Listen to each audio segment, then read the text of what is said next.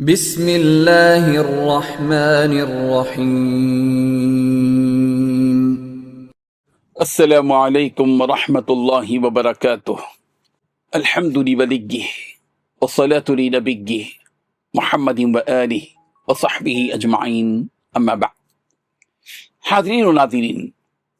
یہ درس قرآن نمبر 416 ہے اور آج سورۃ النساء کی صرف ایک آیت کی تلاوت و تشریح کی جائے گی، آیت نمبر 91۔ اعوذ باللہ من الشیطان الرجیم، بسم اللہ الرحمن الرحیم۔ ستجدون آخرین یریدون ان یأمنوکم ویأمنوا قومہم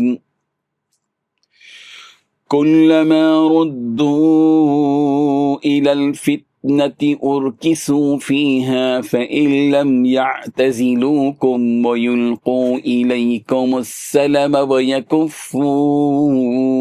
أيديهم فخذوهم واقتلوهم حيث ثقفتموهم وأولئكم جعلنا لكم عليهم سلطانا مبينا صدق اللہ العظیم۔ لفظی ترجمہ یوں ہے، ستجدون، عن قریب تم پاؤ گے، آخرینا کچھ اور لوگوں کو جو یریدون چاہتے ہیں، ان یأمنوکم کہ وہ امن میں رہیں تم سے، ویأمنوا قومہم اور امن میں رہیں اپنی قوم سے بھی، کلما جب بھی ردو وہ لوٹائی جاتے ہیں الی الفتنتی فتنے کی طرف، ارکسو تو الٹا دیے جاتے ہیں فیہا اس میں،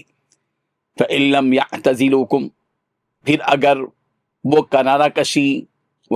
کش نہ رہیں تم سے، ویلقوا اور نہ پیش کریں الیکم تمہاری طرف السلام صلح،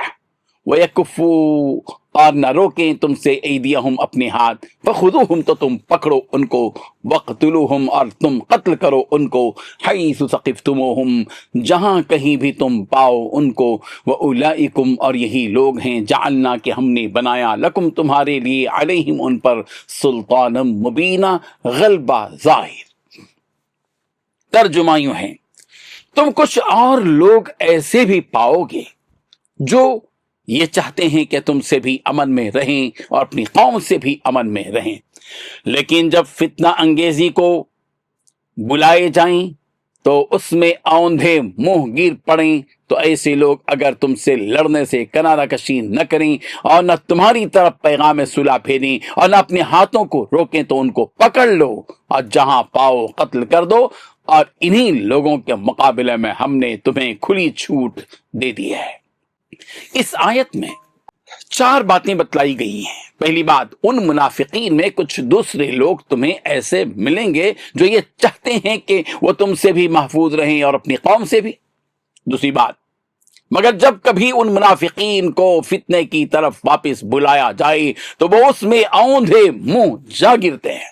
تیسری بات، اگر یہ لوگ تم سے جنگ کرنے سے علیحدگی اختیار نہ کریں اور نہ ہی تمہیں وہ امن کی پیشکش کریں اور نہ اپنے ہاتھ سے روکیں تو ان کو بھی پکڑو اور جہاں کہیں انہیں پاؤ انہیں قتل کر دو۔ چوتھی بات، ایسے لوگوں کے خلاف اللہ تعالیٰ نے تم کو کھلا اختیار دے دیا ہے۔ بزرگان محترم، اس آیت میں ان منافقین کے بارے میں مسلمانوں کو ہدایت دی جا رہی ہے جو منافقین اپنی غرض اور اپنے مفاد کے لیے اس مقصد سے مسلمانوں سے صلح کریں کہ مسلمانوں کی طرف سے بے خوف و خطر زندگی گزاریں اور اپنی قوم کی طرف سے بھی بے خوف و خطر زندگی گزاریں۔ جب تک وہ امن کے ساتھ رہیں تم بھی ان کے ساتھ امن ہی کا رویہ اختیار رکھو، لیکن اس جماعت کی بدنیتی اور چال بازی یہ ہے کہ جب کبھی ان کو شرارت اور فتنے کی طرف دشمن متوجہ کرتا ہے تو دشمن کی بات کو فوراً قبول کر لیتی ہے اور مسلمانوں کے خلاف یہ جماعت لڑنے کے لیے تیار ہو جاتی ہے اور مسلمانوں سے کیا ہوا اپنا عہد توڑ دیتی ہے۔